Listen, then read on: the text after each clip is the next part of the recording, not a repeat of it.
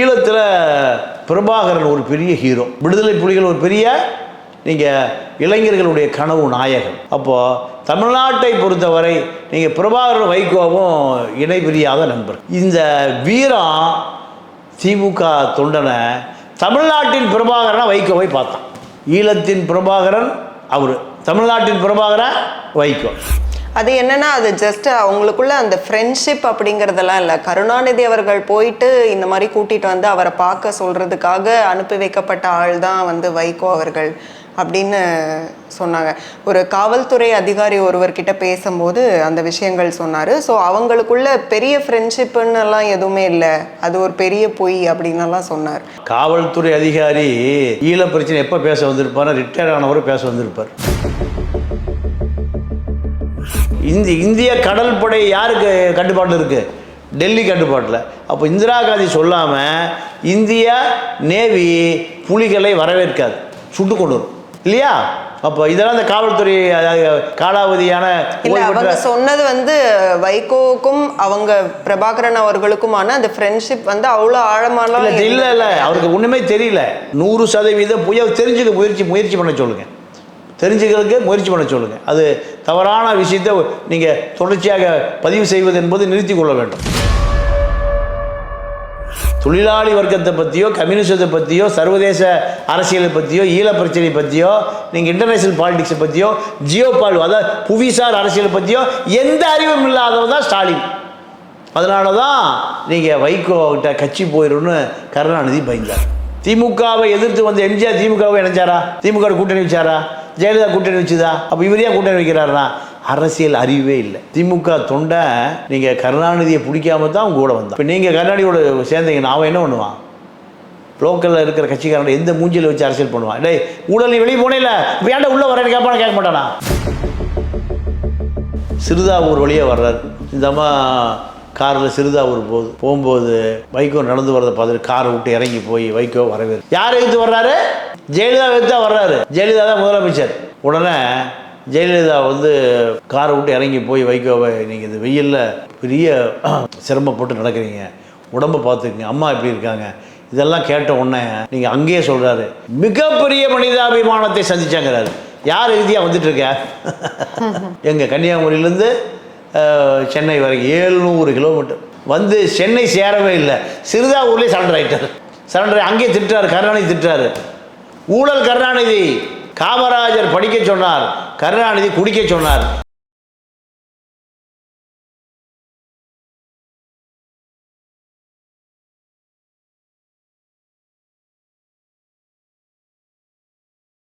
இது அரசியல் சூழல் நிகழ்ச்சி. உங்களை வரவேற்பது நான் தமிழ். இன்னைக்கு மதிமுகவினுடைய வரலாறு குறித்து பல்வேறு விஷயங்களை பகிர்ந்துக்கிறதுக்காக நம்ம கூட இணைஞ்சிருக்கிறாங்க மூத்த பத்திரிகையாளர் திரு பாண்டியன் அவர்கள். வாருங்கள், அவரிடம் பேசலாம். வணக்கம் சார். இப்போ மதிமுக அப்படின்னாவே ஒரு காலத்தில், இப்போ இன்னைக்கு எப்படி சீமான் இருக்கிறாரோ அது மாதிரி அன்னைக்கு மதிமுக தான் வந்து ஒரு திராவிட கட்சிகளுக்கு ஒரு பெரிய சவாலாக இருந்த ஒரு கட்சின்னு கூட சொல்லலாம். ஸோ ஆனால் இன்னைக்கு மதிமுகவை வந்து திமுகவோட இணைக்கணும் அப்படின்னு சொல்லி அவைத்தலைவர் அவர்கள் சொன்னது பெரிய இஷ்யூ ஆச்சு. நம்ம பார்க்குறோம். அவர் வந்து வைகோ அவர்கள் மேலே வந்து நிறைய குற்றச்சாட்டுகளை முன் வச்சு தான் இப்படி ஒரு நிலைப்பாடை வந்து அவர் சொல்லியிருக்கிறாருன்னு கேள்விப்படுறோம். ஸோ இப்போது மதிமுக வந்து இப்போ இன்னைக்கு பார்க்கும்போது அரசியல் களத்தில் அது எங்கே இருக்குன்னு தேடி பார்க்க வேண்டியதாக இருக்குது. ஸோ மதிமுக ஆரம்ப கட்டத்திலிருந்து எப்படி இருந்துட்டு வந்தது, இப்போ அதோட சூழல் எப்படி இருக்குது? 1993 மறுமலர்ச்சி திராவிட முன்னேற்ற கழகம் இங்கே தொடங்கப்பட்டது. இது எங்கிருந்து தொடங்கப்பட்டதுன்னா திமுகவிலிருந்து தொடங்கப்பட்டது. அதுதான் இதில் பெரிய விஷயமே. திராவிடர் கழகத்திலிருந்து திமுக தொடங்கப்பட்டது. திராவிடர் கழகம் பூரா அப்படியே என்னவா மாறினாங்க? திமுகவாக மாறினாங்க. திராவிடர் கழகம், திராவிட முன்னேற்ற கழகம். இப்போ அதிலிருந்து எம்ஜிஆர் என்ன பண்ணார்? அண்ணா திராவிட முன்னேற்ற கழகம். அண்ணா திராவிட முன்னேற்ற கழகம் நீங்கள் 10 ஆண்டு கால ஆட்சியில் இருந்தது. அதன் பிறகு மறுபடியும் இந்த திராவிட இயக்கம் உடைந்து நீங்கள் மறுமலர்ச்சி திராவிட முன்னேற்ற கழகமாக வருது. அப்படி வருகிற பொழுது நீங்கள் 9 மாவட்ட செயலாளர்கள் தமிழ்நாடு முழுக்க திராவிட முன்னேற்ற கழகத்தினுடைய கிளை கழகம் வரை அப்படியே உடையுது. எம்ஜிஆர் கட்சி ஆரம்பிக்கும் போது கூட 9 மாவட்ட செயலாளர்கள் நீங்கள் எம்ஜிஆர் நம்பி போகல. எம்ஜிஆர் இத்தனை கரிஸ்மாட்டிக் லீடர், அண்ணாவால் பாராட்டப்பட்டவர். அண்ணா முதலமைச்சர் ஆவதற்கே எம்ஜிஆர் பயன்பட்டார். அண்ணா முதலமைச்சர், அண்ணா அறிஞர் அண்ணா நீங்கள் திராவிட முன்னேற்ற கழகத்தை நீங்கள் உருவாக்கியவர். அவர் முதலமைச்சர் ஆவதற்கு யார் தேவைப்பட்டா? எம்ஜிஆர் தேவைப்பட்டார். ஆனால் எம்ஜிஆரோடு எந்த மாவட்ட செயலாளரும் வரல, எந்த மாவட்ட செயலாளர்களும் வரல. அப்போது வைகோ திமுகவை உடைக்கிற பொழுது நீங்கள் மாவட்ட செயலாளர்னால் நீங்கள் அவர்கள் தான் மந்திரிகள், அவர் தான் மாவட்டத்தினுடைய மன்னர்கள். திமுகவில் மாவட்ட செயலாளர்னா அவர் டிஸ்ட்ரிக்ட் கலெக்டர், டிஸ்ட்ரிக்ட் எஸ்பிக்கு இணையான அதிகாரம் படைத்தவர். நீங்கள் ஆட்சிக்கு வந்துருச்சுன்னா மாவட்ட செயலாளர் தான் அந்த மந்திரிக்கு கீழே தான் கலெக்டர் எஸ்பியும் வேலை பார்க்கணும். எதை அந்த மாவட்டத்தில் செய்வதாக இருந்தாலும் எஸ்பி கலெக்டர் யார்கிட்ட கேட்கணும்? மாவட்ட செயலாளர் ப்ளஸ் மந்திரி. ஆளுங்கட்சி ஆச்சுன்னா மந்திரி, எதிர்கட்சி ஆனால் மாவட்ட செயலாளர். ஆனால் அதிமுக அப்படி கிடையாது. நீங்கள் மாவட்ட செயலாளர் என்பவர் நீங்கள் 10 நாளில் காணாமல் போயிடுவார், மறுபடியும் 10 நாளில் புதுசாக ஒருத்தர் வருவார். ஆனால் திமுகவை பொறுத்தவரை நீங்கள் அவர்கள் தான் சாகிற வரை மாவட்ட செயலாளர் ப்ளஸ் மந்திரி. உதாரணத்திற்கு நீங்கள் வீரபாண்டி ஆறுமுகம், கோசி மணி, இப்படி பல பேர் சொல்லிகிட்டே போகலாம். இவர்கள் எல்லாமே நீங்கள் திண்டுக்கல் பெரியசாமி, தூத்துக்குடி பெரியசாமி, இவர் பெரியசாமி, அவர் திண்டுக்கல் கருணாநிதி முரட்டு பக்தன். இது இப்போ திண்டுக்கல் பெரியசாமி பையன் இப்போ எம்எல்ஏ, தூத்துக்குடி பெரியசாமியுடைய மகள் இப்போ அமைச்சர் கீதா ஜீவன். இப்படி இதுதான் வரலாறு, திமுக வரலாறு.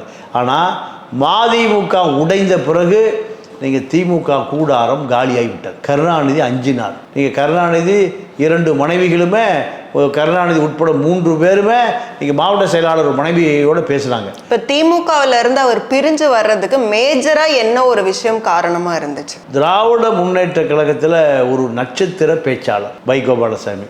ஆனால் இப்போ முதலமைச்சராக இருக்கக்கூடிய மு.க. ஸ்டாலின் என்பவர் நீங்கள் எழுதி வச்சு தான் படிப்பார், யாராவது எழுதி கொடுத்தா தான் படிப்பார். ஆனால் வைகோவை பொறுத்தவரை நாடாளுமன்றத்திலும் சரி பொதுக்கூட்டத்திலும் சரி நீங்கள் 2.5-3 மணி நேரம் துண்டுச்சீட்டு இல்லாமல் கூட பேசுவார். இந்த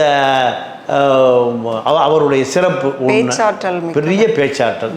இரண்டாவது இன்னொரு விஷயம் என்ன கேட்டிங்கன்னா, நீங்கள் 1983 ஜூலை கலவரம் நடந்த பிறகு ஈழத்தில் பிரபாகரன் ஒரு பெரிய ஹீரோ, விடுதலை புலிகள் ஒரு பெரிய நீங்கள் இளைஞர்களுடைய கனவு நாயகன். அப்போது தமிழ்நாட்டை பொறுத்தவரை நீங்கள் பிரபாகரன் வைகோவும் இணைபிரியாத நண்பர்கள். இந்த வீரம் திமுக தொண்டனை தமிழ்நாட்டின் பிரபாகரனை வைகோவை பார்த்தான்.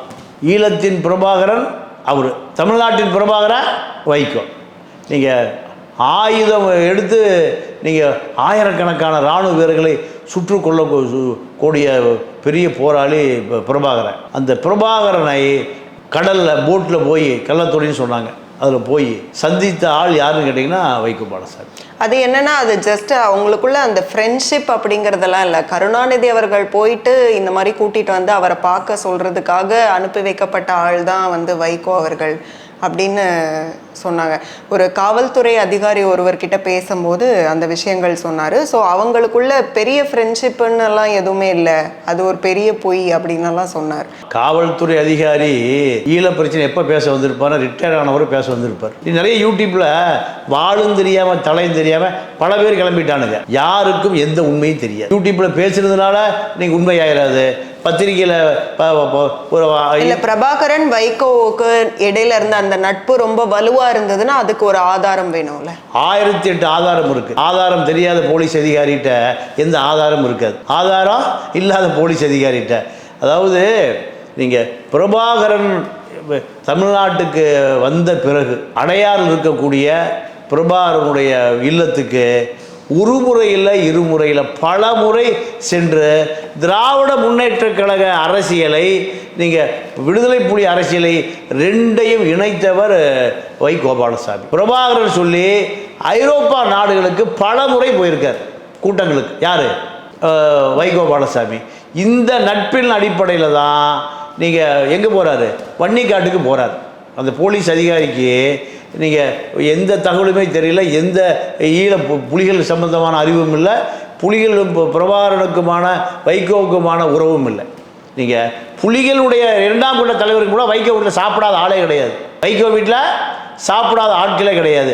பிரபாகரனை நீங்கள் டெல்லி அசோக் ஹோட்டல் வைத்திருந்த பொழுது நேரடியாகவே, அதாவது வெளிநாட்டு தூதரை போல் கோட்டு சூட்டு டை கட்டிட்டு நீங்கள் அசோக ஹோட்டலில் போய் நீங்கள் பிரபாகரன் இருக்கக்கூடிய அறைக்கு போனவர் வைகோபாலசாமி. அந்த போலீஸ் அதிகாரிக்கு தெரியாது. ஊழல் பண்ணுகிற, லஞ்சம் வாங்குகிற போலீஸ் அதிகாரிகள் பாதி பேருக்கு நீங்கள் எல்லாமே குற்றவாளி தான். யார்? நீங்கள் விடுதலை புலிகள் பூராமல் குற்றவாளிகள் தான். ஏன்னா இவங்க அரசுக்கு ஆதரவான ஆட்கள். காவல்துறை அதிகாரிகள் பூராமல் அரசுக்கு ஆதரவான ஆட்கள். இவங்க யாரை எதிர்த்து போராடுறான்? அரசை எதிர்த்து தான் போராடுறான். அப்போ போலீஸ் அதிகாரிக்கு என்ன தெரிஞ்சிருக்கும்? குற்றவாளி தான் தெரிஞ்சிருக்கும். குற்றவாளி அல்ல, அவர்கள் ஒரு பெரிய தேசிய விடுதலை போராளிகள். இது அது போலீஸ் அதிகாரிக்கு தெரியறதுக்கு வாய்ப்பு இல்லை. போலீஸ்காரனுக்கு எல்லாம் குற்றவாளி தான். ஆனால் நீங்கள் நேதாஜி ஆங்கிலேயனுக்கு நேதாஜி குற்றவாளி தான், காந்தி குற்றவாளி தான், வல்லபாய் பட்டேல் குற்றவாளி தான். யாருக்கு? வெள்ளைக்காரனுக்கு. வெள்ளைக்காரனை வேலை பார்த்த போலீஸுக்கு எல்லாம் குற்றவாளி தான். அது அல்ல, இவர்கள் பூரா தேச விடுதலை போராளிகள். சுதந்திரம் அடைஞ்ச பிறகு என்ன, நம்ம எல்லாம் என்ன வச்சோம்? சிலை வச்சோமா இல்லையா? நேதாஜி சிலை இருக்குது, பட்டேலுக்கு சிலை இருக்குது, காந்திக்கு சிலை இருக்குது, ராஜாஜி சிலை இருக்குது, எல்லாம் சிலை. காமராஜ் சிலை இருக்குது. காமராஜ் 9 வருஷம் ஜெயிலில் இருந்தார். ஆனால் போலீஸ் அதிகாரிக்கு காமராஜ் குற்றவாளி தான். அது அல்ல அரசியல். அரசியல் என்பது அரசியல்வாதிகிட்ட தெரிஞ்சுக்கணுமே தவிர காவல்துறை அதிகாரி தெரிந்து கொள்வதல்ல. அது தவறான முன்னுதாரணம். நிறைய போலீஸ் அதிகாரிகள் பூரா கிளம்பி ஏதோ போகும்போது கொளிச்சு போட்டு போயிட்டு இருக்காங்க ஓய்வு காலத்தில். அதல்ல அரசியல். ஈழ போராட்டம் என்பது இந்திரா காந்தி தான் 1982 கடலில் இந்திய நேவிக்கு ஆணையிட்டு பார்டரை திறந்து விட்டது இந்திரா காந்தி தான். இந்திரா காந்தி தான். நீங்கள் இந்திய கடல் படை யாருக்கு கட்டுப்பாட்டில் இருக்குது? டெல்லி கட்டுப்பாட்டில். அப்போ இந்திரா காந்தி சொல்லாமல் இந்திய நேவி புலிகளை வரவேற்காது, சுட்டு கொண்டு வரும் இல்லையா? அப்போ இதெல்லாம் இந்த காவல்துறை காலாவதியான அவங்க சொன்னது வைகோவுக்கும் அவங்க பிரபாகரன் அவர்களுக்குமான அந்த ஃப்ரெண்ட்ஷிப் அவ்வளோ ஆழமான இல்லை. அவருக்கு ஒன்றுமே தெரியல. 100% முயற்சி பண்ண சொல்லுங்கள். தெரிஞ்சுக்கிறதுக்கு முயற்சி பண்ண சொல்லுங்கள். அது தவறான விஷயத்தை நீங்கள் தொடர்ச்சியாக பதிவு செய்வது என்பது நிறுத்தி கொள்ள வேண்டும். பிரபாகரனும் வைகோவும் நெருங்கிய நண்பர்கள் இல்லையா? அந்த நட்பின் அடிப்படையில் தான் வைகோ எங்கே போகிறாருன்னா ஈழத்துக்கு போகிறார். எதுக்கு ஈழத்துக்கு போகிறாருன்னா இந்திய அரசு, கருணாநிதி 2 பேருமே பிரபாகரனிடம் சமரசம் பேசுவதற்காக அனுப்பி வைக்கப்பட்டவர் வைகோ. இது நெருங்கிய நட்பு இல்லாமல் அனுப்பிச்சி வைப்பாங்களா? அனுப்பி வைக்கிறதுக்கு வாய்ப்பே இல்லை. இந்திய அரசும் நீங்கள் அப்போ ராஜீவ்காந்தி உயிரோடு இருக்கார். ராஜீவ்காந்தியும் கருணாநிதியினுடைய தூதராகத்தான் வைகோ எங்கே போகிறார்? பிரபாகரனை சந்திக்க போகிறார். நீங்கள் பிரபாகரனை சந்திக்கிறதுக்கு சாதாரண நபரெல்லாம் போனால் பிரபாகரனை போய் உட்காந்து சமரசம் பேச ஒரு நாட்டினுடைய தூதரா இன்னொரு நாட்டினுடைய விடுதலை போராளி கூட போய் சமரசம் பேச முடியுமா? அப்போ வரலாறுகளை தெரிந்து கொள்ளாதவர்கள் பூரா இப்போ வரலாறு பேச ஆரம்பிச்சிட்டானுங்க. அதெல்லாம் வரலாறு. அப்போ அப்படி போனவர் தான் வைகோ. அப்படி வைகோ போய் பிரபாகரனை சமரசம் பேசுகிற பொழுது பிரபாகரன் ஒத்துக்கொள்ள மறுத்து விட்டான். எங்களுக்கு தனிநாடு என்பது தான் எங்களுடைய இலக்கை தவிர சமஷ்டி குடியரசோ மாநில அந்தஸ்தோ எங்களுக்கு நீங்கள் கொடுப்பதை நாங்கள் ஏற்றுக்கொள்ள மாட்டோன்ட்டார். அதோட வைகோ திரும்பி இந்த சமாதான பேச்சுவார்த்தைக்கு போனதை சக்ஸஸ் ஆனால் நம்ம வெளியில் சொல்லுவோம். இது தோல்வி அடைந்து விட்டது, அதனால் நான் பேசாமல் இருக்க சொல்கிறார் யார்? கலைஞர். ஆனால் வைகோ என்ன பண்ணுறாரு? இது அரசியல் பண்ணுறாரு. இது என்ன பண்ணுறாரு? அரசியல் பண்ணுறாரு. நான் காட்டில் நீங்கள் வண்டி காட்டில் பிரபாகரனோடு இருந்து நான் குண்டு விழுந்த பொழுது போட்டில் போய் துப்பாக்கி தாக்குதல் என் கூட வந்த பல பேர் செத்து போயிட்டான். இப்படி மிகப்பெரிய ஒரு அட்வென்ச்சர்ஸ் பயணம், வீர தீர பயணம் தான் நான் செஞ்சேன். இதை இங்கே முதல்லையே திமுகவினுடைய 2ஆம் கட்ட தலைவராக வைகோ வளர்ந்துட்டுருக்காருன்னு கருணாநிதிக்கு முடிக்கல, ஸ்டாலினுக்கு முடிக்கல, முரசொலி மாறனுக்கு முடிக்கல. இவர் என்ன பண்ணுறாரு? நான் ஒரு வீர சாகச பயணத்தை போயிட்டு வந்தேன்னு சொல்லி நீங்கள் ஊடகத்தில் சொன்ன பிறகு திமுக இவர் வெளியில் அனுப்பணும் முடிவு பண்ணிட்டாங்க. என்ன காரணம் கேட்டிங்கன்னா 2 விஷயம். நல்ல பேச்சாளர், நல்ல நாடாளுமன்றவாதி. 2வது நீங்கள் எல்டிடியினுடைய நேரடி தொடர்பில் உள்ளவர். அப்போது 3 விஷயங்களும் இவருக்கு ஸ்டாலினுக்கு பொருத்தி பார்க்கிற பொழுது முதலமைச்சராக இருக்கக்கூடிய ஸ்டாலின் வைகோ அவருடைய 3 திறமைகளுக்கு முன்பு நிற்கவே முடியல. ஸ்டாலின் பெரிய பேச்சாளர் கிடையாது. 2வது பெரிய நாடாளுமன்றவாதியும் கிடையாது, நாடாளுமன்றம் சுற்றி கூட பார்க்க போனதில்லை. அப்போது ரெண்டாவது ஈழப்பிரச்சனை என்பது ஸ்டாலினுக்கு வாழும் தெரியாது, தலையும் தெரியாது. இப்போ நம்ம பார்க்குறோமா இல்லையா, மேதினா நீங்கள் 8 மணி நேர வேலை என்பது உலகளாவிய பிரச்சனை. சாதாரண சட்டமன்ற தீர்மானம் போட்டு அசிங்கப்படுத்தி அதை வாபஸ் வாங்க நிலைமைக்கு வந்திருக்காருன்னா அவர் அதை பற்றி அறிவே இல்லை. தொழிலாளி வர்க்கத்தை பற்றியோ, கம்யூனிசத்தை பற்றியோ, சர்வதேச அரசியலை பற்றியோ, ஈழப்பிரச்சனை பற்றியோ, நீங்கள் இன்டர்நேஷனல் பாலிடிக்ஸை பற்றியோ, அதாவது புவிசார் அரசியலை பற்றியோ எந்த அறிவும் இல்லாதவர் தான் ஸ்டாலின். அதனால தான் நீங்கள் வைகோ கிட்ட கட்சி போயிடும்னு கருணாநிதி பயந்தார். கருணாநிதி பயந்த பிறகு இவரை எப்படியாவது வெளியில் அனுப்பணும், என்னை விடுதலை புலிகளோடு சேர்ந்து கொலை பண்ணுற முயற்சி பண்ணுறான்னு. என்ன கொலை பண்ணுறதுக்கு விடுதலை புலியோடு சேர்ந்து என்னை கொலை செய்ய முயற்சி செய்கிறான் என்று அவர் சொன்ன பிறகு தான் வைகோ தனிமைப்படுத்தப்பட்டான். கட்சி ஆரம்பிக்க வேண்டிய தேவை வந்து, கட்சி ஆரம்பிக்க வேண்டிய தேவைன்னா திமுகவை உடைச்சிட்டு வெளியேற வேண்டிய தேவை வந்து. அதன் பின்னாடி தான் அவர் 93 திமுகவை எதிர்த்து திமுகவினரோடு சேர்ந்து தான் நீங்கள் மறுமலர்ச்சி திராவிட முன்னேற்ற கழகம் கட்சி ஆரம்பிக்கிறார். இதுதான் வரலாறு, இதுதான் நீங்கள் வரலாறு. அப்போது இந்த திமுக கட்சி கருணாநிதியுடைய மரணத்திற்கு பிறகு யார் தலைவர் ஆயிடுவானுங்க? கருணாநிதி குடும்பம் பயப்படுது, வைகோ. இப்போ அன்னைக்கு அப்படி ஒரு பிரச்சனையிலேருந்து வெளியில் வந்து ஒரு புதுசாக தனி கட்சியெலாம் ஆரம்பித்து வைகோ அவர்கள் வளர்ந்துட்டு வந்தாலும் இப்போ திரும்ப திமுகவோட ஃப்ரெண்ட்ஷிப்லாம் அப்பப்போ வருதே. அவர் அழிந்து போனதுக்கு காரணமே அதுதான். நீங்கள் 93 வெளியே வந்து 96 ஜெயலலிதா கூட கூட்டணி சேர்றாரு, 96 கூட்டணி சேர்றாரு. மீண்டும் என்ன நடக்குதுன்னு கேட்டிங்கன்னா 98 மீண்டும் திமுக கூட கூட்டணி சேர்றாரு. திமுகவோட கூட்டணி சேர்ந்த பிறகு திமுகவை விட்டு வெளியேறிய தொண்டன் பூரா நீங்கள் பெரிய அதிர்ச்சி ஆகிறான். ஏன்னா திமுக ஊழல் கட்சின்னு தானே புது கட்சி ஆரம்பிக்கிறது வெளியே வராரு. வெளியில் வந்த பிறகு மீண்டும் எங்கே போகிறாரு? திமுகவுக்கே போகிறாரு. அவர் அரசியலில் தோத்து போன இடம்னா அதுன்னு சொல்லலாம். அதுதான், வேற எதுவுமே இல்லை. நம்பகத்தன்மை. எம்ஜிஆர் திமுக விட்டு வெளியே வராரு. அவர் என்ன பண்ணார்? கடைசி வரைக்கும் திமுகவை எதிர்த்து கொண்டே இருந்தார். ஜெயலலிதாவுடைய அரசியல் என்ன? திமுகவை எதிர்ப்பது அரசியல். ஜெயலலிதாவுக்கு அரசியல் தெரியாது. ஜெயலலிதாவுக்கும் கருணாநிதி எதை சொன்னாலும் தப்பு, கருணாநிதி எதை சொன்னாலும் தவறு, உடனே மாற்று அறிக்கை. கருணாநிதி வடக்க போனால் அந்த அம்மா தெற்க போகும், கருணாநிதி தெற்க போனால் அந்த அம்மா மேற்க போகும். இதுதான் அரசியல். கருணாநிதிக்கு ஜெயலலிதாவுக்குமான அரசியலை என்ன? கருணாநிதிக்கு எதிர்ப்பு அரசியல் தான், வேற எந்த. கருணாநிதி எதை சொன்னாலும் தப்பாக இருக்கும். நீ வந்து தீய சக்தி. யார் சொல்கிறா? ஜெயலலிதா. சட்டசபையில் படித்தாலும் அந்த மாதிரி பேப்பர் முடிஞ்சு கிழிச்சு வீசும். கருணாநிதி ஜெயலலிதா நேராக பார்த்தாலே சண்டை தான். கருணாநிதி துரைமுருகன் விட்டு முடியை பிடிச்சி சட்டையை பிடிச்சி இல்லை சேலையை பிடிச்சி இழுத்து கிழிச்சு பிச்சு கிச்சு ஒரே சண்டை. அப்போ இதுதான் அரசியலை தவிர கொள்கை அரசியல் ரெண்டு பேருக்குமே இல்லை.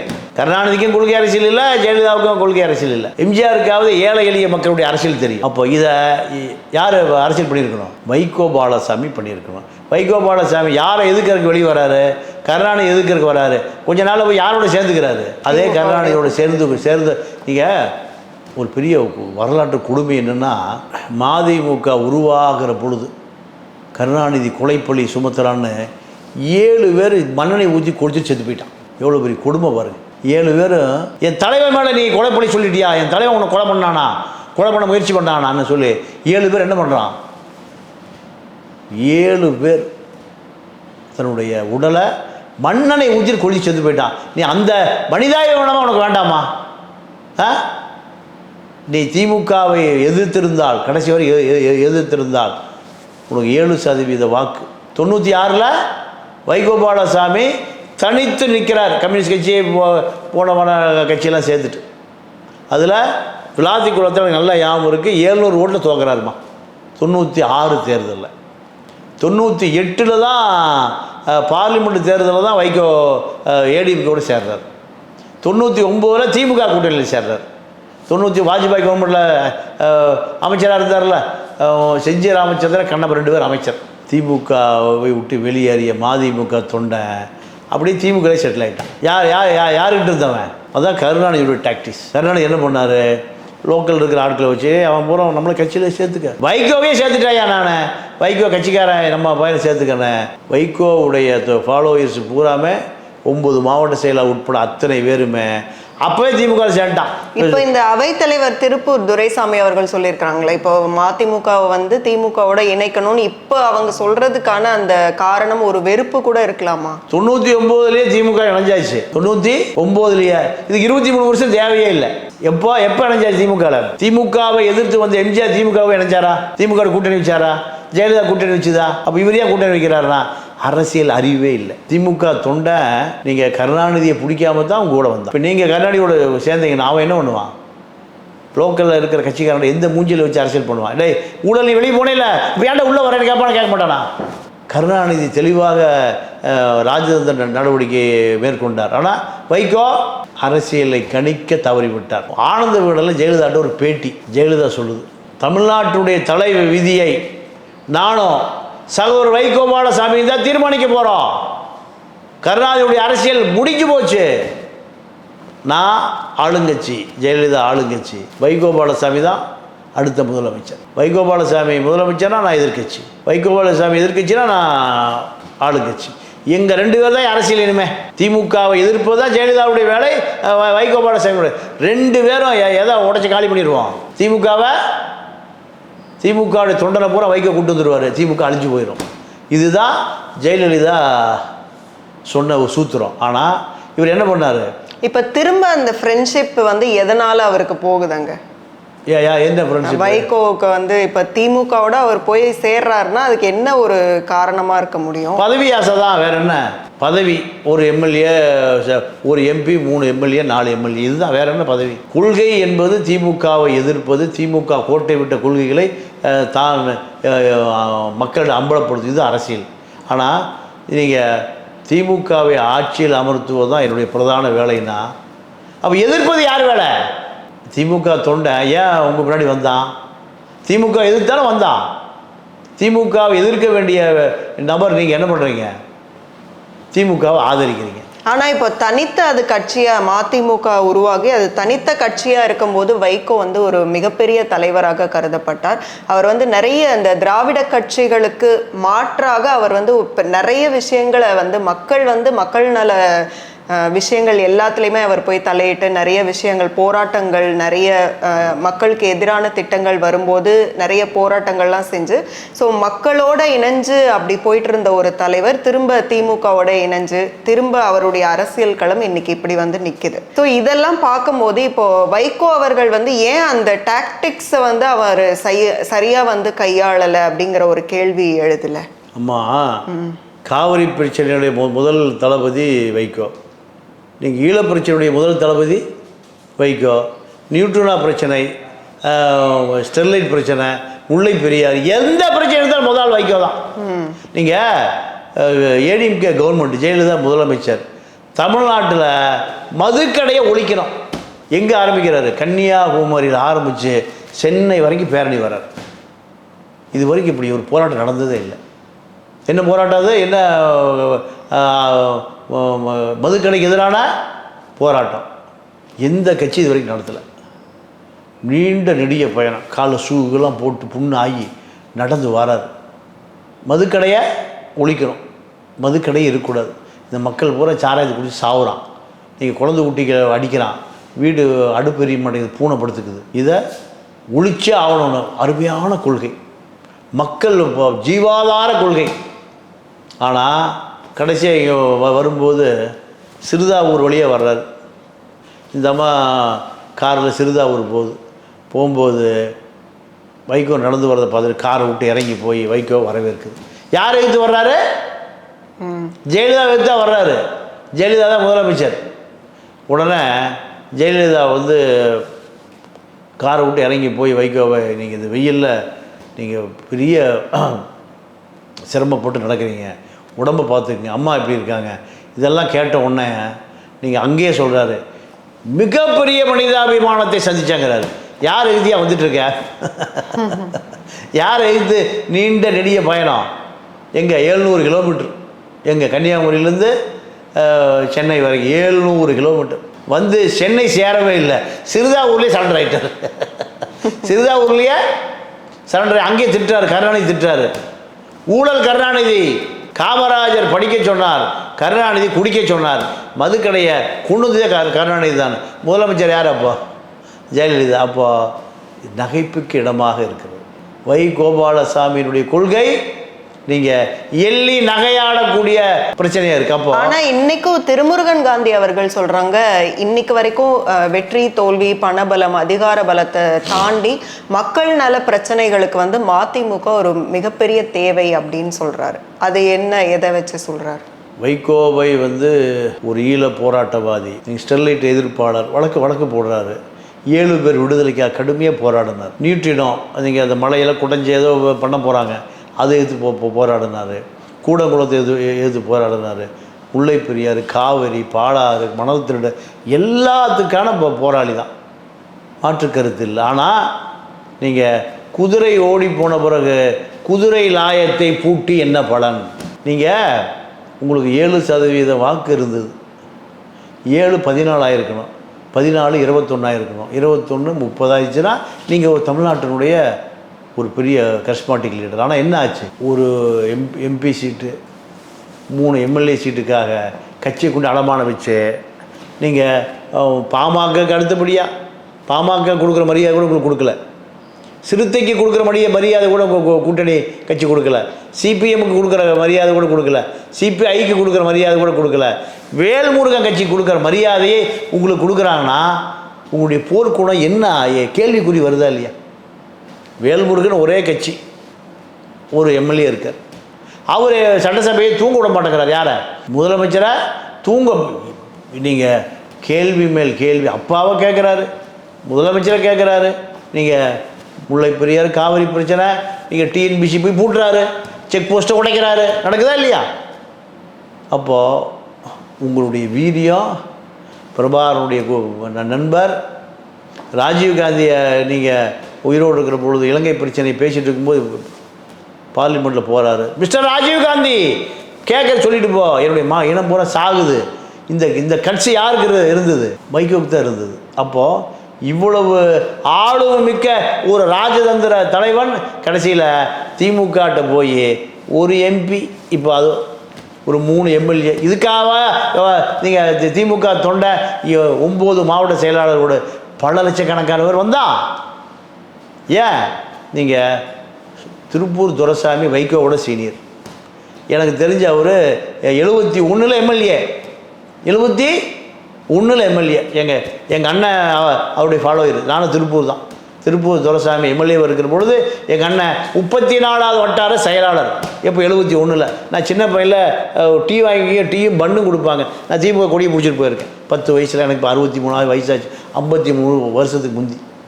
அப்போது வைகோபாசாமி அரசியல் இல்லை. அப்போ அவர் காங்கிரஸ்காரர், அவங்க அப்பா காங்கிரஸ்காரர். நீங்கள் குருவிகுளம் பஞ்சாயத்து யூனியன் தலைவர். வைகோபாலசாமியை பயன்படுத்தலை, செஞ்சி ராமச்சந்திரனை பயன்படுத்தலை, எல் கணேசனை பயன்படுத்தலை, கண்டப்படம் இல்லை. எங்கே உங்க கூட வந்த மூத்த மாவட்ட செயலர் எங்கே? ஒரு கேள்வி வருதா இல்லையா? அதாவது உங்களை விட நீங்கள் கலைஞரோடு அரசியல் செய்த மாவட்ட செயலாளர் யார்? எல் கணேசன், கண்ணப்பன், செஞ்சி ராமச்சந்திரன், பொன்முத்துராமலிங்கம், இப்படி திருநெல்வேலி இலக்குவன், இப்படி பெரிய பெரிய லீடர்லாம் வைகோவோட சீனியர். வைகோவை வந்து தலைவனை ஏற்றுக்கிட்டாரா இல்லையா? கருணாநிதி அச்சப்பட்டார், நடுங்கினார். அப்போது அவர்களை ஏன் இப்போ யாரோ ஒரு ஆள் இருக்கா? கடைசியே மிஞ்சி இருக்கிறவர் 87 வயது. யார்? திருப்பூர் துரைசாமி. அவரையும் தக்க வச்சுக்க முடியல. ஏன்? என்ன காரணம்? அப்போது உங்களுடைய பாதை பூராமே தவறான பயணம், தப்பான வழி. உங்க கூட பெரிய பேச்சாளர் நாஞ்ச சம்பத்தை வச்சுக்க முடியல, கேஎஸ் ராதாகிருஷ்ணன் வச்சுக்க முடியல, யாருமே இல்லை. என்ன கொள்கை வேறுபாடு? இந்த மக்கள் நல கூட்டணின்னு ஒன்று ஆரம்பித்தாங்க. ஸோ அதை பற்றி கொஞ்சம் சொல்லுங்கள். மக்கள் நல கூட்டணி நீங்கள் வைகோபாலசாமி முழுக்க வைகோபாலசாமியும் நீங்கள் விஜயகாந்த் கட்சி, தேசிய முற்போக்கு திராவிட கழகம், 2 கம்யூனிஸ்டுகளாக சேர்ந்து மீண்டும் ஜெயலலிதா அதிகாரத்துக்கு வரணும். இதுக்காக நீங்கள் விஜயகாந்த் வைகோபாலசாமி, ஒரு அரசு அதிகாரி, 3 தெலுங்கு லாபி, 3 பேரும் சேர்ந்து திமுக வந்துவிடக்கூடாது என்பதற்காக பல கோடி ரூபாயை வாங்கிட்டு யார்கிட்ட, ஜெயலலிதாட்ட வாங்கிட்டு திமுக வராமல் செய்வதற்கான ஒரு முயற்சி தான் நீங்கள் 2 கம்யூனிஸ்டுகளை சேர்த்து கொண்டு நீங்கள் மக்கள் நல கூட்டணியை ஒரு கூட்டணியை உருவாக்குனாங்க. இந்த கூட்டணி நீங்கள் தொடர் பயணத்துக்கான கூட்டணி அல்ல. இந்த கூட்டணி என்பது அதிமுக ஜெயிக்கணும், திமுக தோக்கணும். இதுக்காக பழி வாங்குறதுக்கான கூட்டணி. அப்போது திமுகவை பழி வாங்குற இல்லை, திமுக 97 திமுக வந்திருக்கும். சாரி 2016 திமுக வந்திருக்கும். திமுக வராமல் பண்ணது யார்? நீங்கள் அதுக்கு தலைமை தாங்கினது யார்? அண்ணா நகரில் நீங்கள் பிஜேபியிலேருந்து ஒருத்தர் வருவார், நல்ல பேர். அப்போ இவர்கள் பூராமல் இந்த கூட்டணியை தெலுங்கில் பேசி மணவாடாக பேசி முடிவு பண்ணிங்க. பாமக வந்து கூட்டணியில் இருந்தது. அப்போது கூட்டணி பேச்சுவார்த்தை நடக்கும்போது முழுக்க வைகோபாலசாமியை பொறுத்தவரை ஒரே நோக்கம், திமுக அதிகாரத்துக்கு வந்துடக்கூடாது. ஜெயலலிதா கொடுக்குற அசைன்மெண்ட் என்ன அசைன்மெண்ட்டு? திமுக வராமல் பண்ணிடுங்க, மக்கள் நல கூட்டணி ஓட்டை பிரித்தா நீங்கள் 1.5% வாக்கு வங்கியில் தான் அதிமுக ஜெயிக்குது. எவ்வளவு? 1.5%. 14% மக்கள் நல கூட்டணி வாங்குது. ஜெயலலிதாவுடைய வாக்கு வங்கி நீங்கள் மயிரிழையில் உயிர் தப்பி முதலமைச்சர் நாற்காலிக்கு கொண்டு உட்கார வச்சது யார்? வைகோ தான். அப்போது தமிழக அரசியலை சிதைப்பதை நீங்கள், அதாவது டிப்ளமேட்டிக் பாலிடிக்ஸ், ராஜதந்திர நடவடிக்கை. இது எப்படி? இது ராஜதந்திர நடவடிக்கை, பொட்டி அரசியல். இது என்ன அரசியல்? பொட்டி அரசியல். அப்போது இந்த பொட்டி அரசியலை பண்ணுகிற வைகோவை எப்படி மக்கள் ஏற்றுக்குவான்? இன்றைக்கி என்ன ஆச்சு? வைகோ ஒரு எம்பி சீட்டு, ராஜ்யசபா சீட்டு, ஒரு 3-4 எம்எல்ஏ சீட்டுக்கு தபம் கிடக்க வேண்டியதாக இருக்குது. நீங்கள் திமுக தொண்டை சரிபாதி பிளந்து போன அந்த 93 எங்கே? ஒரு சீட்டுக்கு 3 எம்எல்ஏ சீட்டுக்குமாக போய் அறிவாலயத்தில் காத்து கிடக்கிற 2023 எங்கே? நீ பிரபாருடைய நண்பன், உனக்கு எவ்வளோ பெரிய அடையாளம் இருந்தது. ராஜீவ் நாடாளுமன்றத்தில் உனக்கு தெரியாத நாடாளுமன்ற உறுப்பினர்களே கிடையாது. அகில இந்திய தலைவர்கள் பூரா வைகோபாலசாமின்னு நீங்கள் பேசுவோம். ஸ்டாலின் இப்போ தான் தெரியும் டெல்லியில். ஆனால் எத்தனை ஆண்டு காலமாக வைகோபாலசாமி தெரியும்? வைகோபாலசாமி டெல்லி ராஜீவ் காந்தி காலத்து அரசியல்வாதி. அதாவது நீங்கள் 80 to 90 35 ஆண்டு காலம், 40 ஆண்டு காலமான டெல்லி பாராளுமன்றவாதி, பார்லிமெண்டேரியன். என்ன ஆச்சு உங்கள் செல்வாக்கு? ஒரு சீட்டு கூட தனிச்சுன்னு ஜெயிக்க முடியல. ஒரு மேயர் கூட இல்லை, ஒரு மந்திரி கூட கிடையாது. உங்கள் வாழ்க்கையில் என்ன காரணம்? மிக நீங்கள் சந்தர்ப்பவாத அரசியலை, திமுக ஆதரவு நிலையை தொடர்ச்சியாக எடுத்ததனுடைய விளைவு உங்களை மக்கள் நிராகரிச்சிட்டான். மதிமுக தொண்டை நிராகரிச்சிட்டேன். இப்போ சொல்கிறப்போ திராவிட இயக்கத்தினுடைய அரசியலில் ஒரு கிளை என்பது 100 உறுப்பினர்கள் இருக்கும். இருந்தால் தான் ஒரு கிளை. அது 25 ஆக்குனாராம். இவர் சொல்கிறார் துரைசாமி. எவ்வளோ ஆக்கியிருக்காரு? 25. அதுவும் ஃபுல்லாகலையா. கடைசி அதை தீர்மானம் போட்டு எத்தனை பேரை மாற்றுறாரு? 10 மாற்றுறாரு. 100 எங்கே? ஒரு சைபரையே காணோம். சரி, வைகோ இவ்வளோ நாட்களாக அவருக்கு இவ்வளோ ஆளுமை திறன் இருந்தும் அவர் அதை உணர்ந்திருக்க மாட்டாரா? இன்னைக்கு காலகட்டத்தில் எந்த காலத்திலையும் அவர் உணரவே இல்லை. அதுதான் அவருடைய தோல்வி.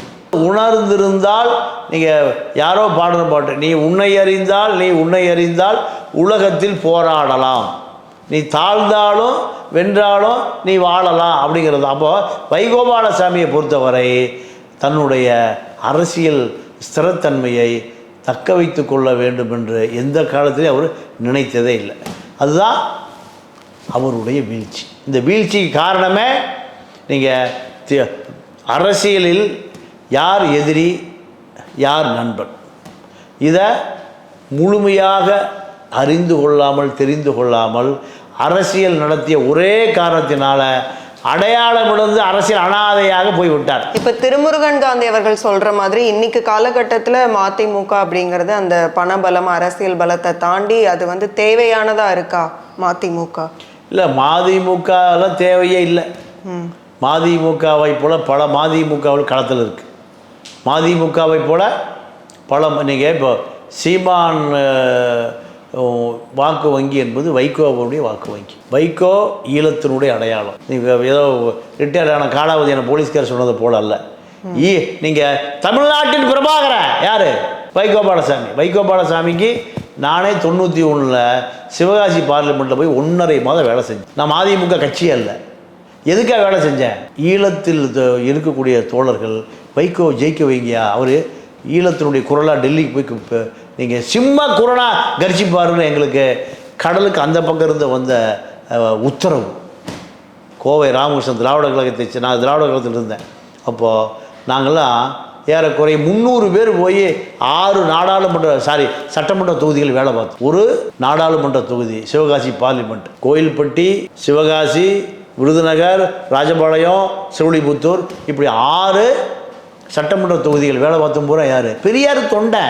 யாரை ஜெயிக்க வை? இன்னைக்கு மதிமுக இன்னைக்கு சீமா கூட 2ஆம் கட்ட தலைவராக இருக்கார்ல ராவணன், அன்னைக்கு அங்கே தான் வேலை பார்த்தான்.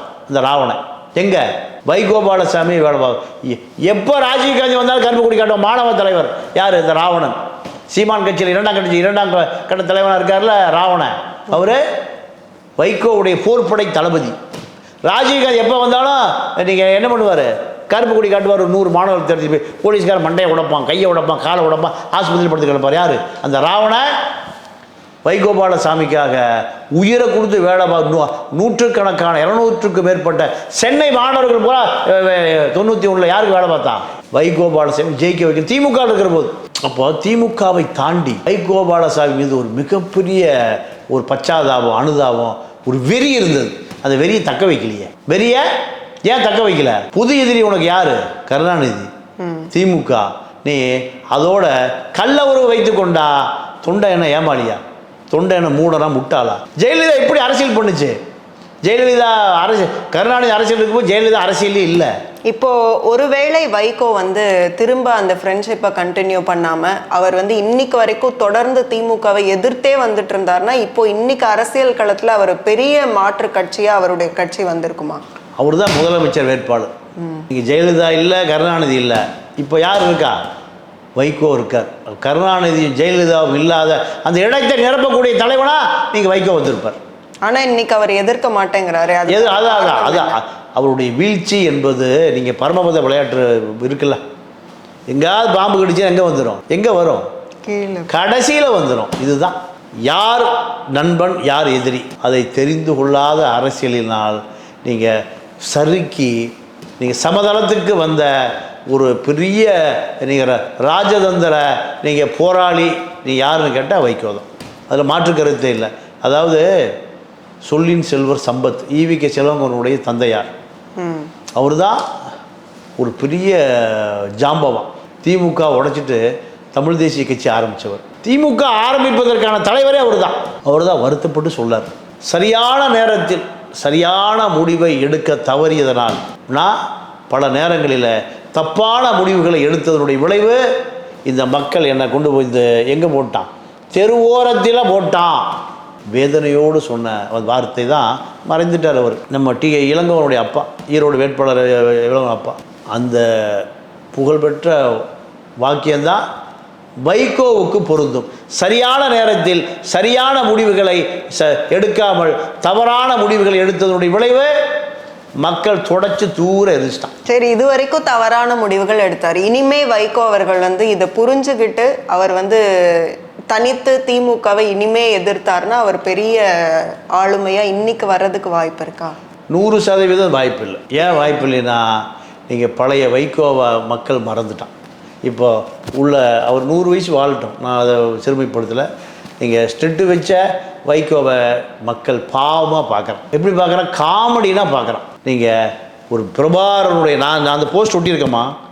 நீங்கள் 91 சிவகாசி நாடாளுமன்ற தேர்தல் நடக்கிற பொழுது நீங்கள் அந்த போஸ் யாருமே கொடுக்க முடியாது.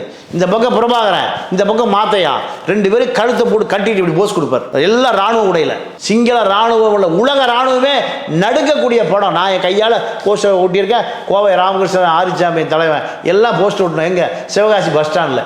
ஒரு கட்சியுடைய பொதுச் செயலாளர். எவ்வளோ பெரிய தியாகி தெரியுமா கோவை ராமகிருஷ்ணன்? கோவை ராமகிருஷ்ணன் உட்பட 3 பேர் தான் நீங்கள் எமர்ஜென்சி 75 சிறையில் இருந்தார்கள். ஒருவர் ஸ்டாலின், ஒருவர் கோவை ராமகிருஷ்ணன், இன்னொருவர் திருச்சி சிவா, அவர் பாதியிலே போயிட்டார். ஒருத்தர் முதலமைச்சர் ஆகிட்டார் எமர்ஜென்சியில் இருந்தவர். ஒருவர் திராவிட கழகத்தினுடைய பொதுச் செயலாளர். அப்போது வெறி, வைகோ என்றால வெறி. 200-300 தொண்டர்கள் பூரா போய் அப்படி மிலிட்ரி மாதிரி வைகோவுக்கு வேலை செஞ்சு அவரை வெற்றி பெற வைக்க வேண்டும் என்று வெறி. அப்போது இந்த உழைப்பு, இந்த தியாகமெல்லாம் என்னாச்சு? நீங்கள் பயனில்லாமல் போச்சு. தரிசுக்கு நீர் பாய்ச்சினால் நீங்கள் விவசாயம் பயிர் வளருமா? பாறைக்கு நீர் பாய்ச்சினால் நீங்கள் பசுமை வருமா? இல்லை, இவ்வளோ காலமாக இப்போ பழைய காலத்துலலாம் பார்த்தோம்னா தொடர்ச்சியாக மக்களுக்கு ஏதாவது ஒரு பிரச்சனைனா உடனே வைகோ அவர்கள் மிகப்பெரிய அளவில் போராட்டங்களை முன்னெடுத்து நின்றுக்கிறார். ஸோ அதை வச்சு இப்போது அவர் எமர்ஜ் ஆகிறதுக்கெல்லாம் வாய்ப்பு இல்லையா?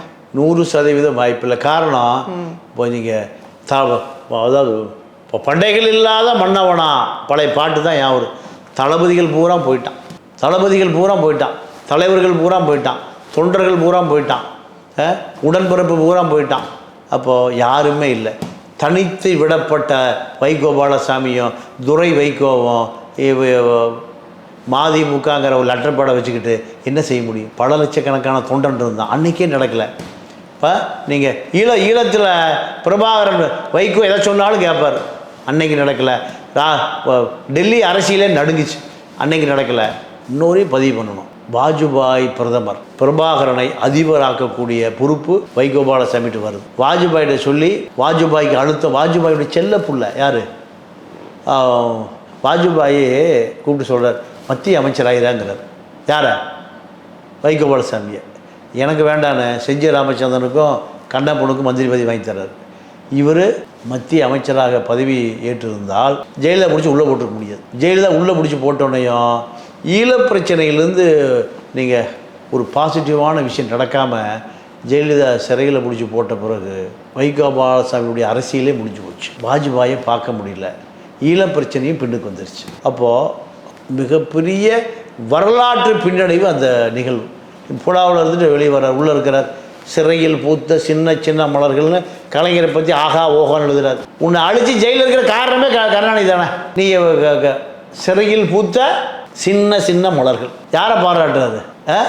நீங்கள் கருணாநிதிக்கு பிறகு பல கோடிக்கணக்கான தொண்டர்களை தலைமை தாங்கக்கூடிய தகுதி படைத்த வைகோ அனாதைய சிறையில் கிடந்து வெளியே வர்றாரு. கருணாநிதியை ஆதரிச்சிட்டு அதோட தொண்டை சுத்தமாக மறந்துட்டான். இதுதான். அப்போது பல வரலாற்று தவறுகளை தொடர்ந்து செய்து கொண்டே வந்ததனால் தளபதிகள் இல்லை. நீங்கள் தலைமை தாங்குவது தளபதி வேணுமில்ல. எந்த மாவட்டத்திலையும் தொண்டன் இல்லை. புலிகள் ஆதரவாளராக இருந்த அத்தனை பேர் வெளியே போயிட்டான். சீமான்ருக்கு 50 லட்சம் இளைஞர்கள் யார்? 7% ஓட்டு வாங்கின சீமா அரசியலே இல்லையே. வைகோ இருந்த நீங்கள் 90களில் சீமாங்கிற ஒரு ஆளே இல்லையே. அப்போது இந்த 50 லட்சம் இளைஞர் நீ வைகோ இருந்தால் எங்கே இருந்திருப்பான்? வைகோட்டு இருந்திருப்பான். 50 லட்சம் இளைஞர்கள் இன்றைக்கி இருக்கக்கூடிய 25 வயசு இளைஞர்கள் வைகோ பின்னாடி இருந்தால் தமிழ்நாட்டு அரசியலே வைகோ தான். பல சரிவுகள். நீங்கள் உயரமான மலையிலிருந்து இறங்கும்போது நீங்கள் அந்த பள்ளம் உங்களுக்கு தெரியாது.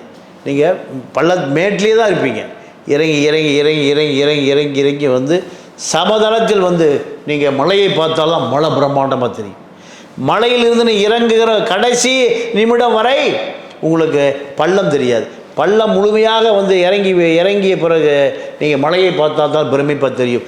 அதே போல தான் வைகோவை பொறுத்தவரை நீங்கள் மிகப்பெரிய மலையிலிருந்து மேலும் மலை முகட்டிலிருந்து நீங்கள் ஈழ போராட்ட முகடு, தமிழ் தேசிய முகடு, திமுக எதிர்ப்பு முகடு, அத்தனை முகடிலிருந்து இறங்கி சமதளத்துக்கு வந்துட்டார்.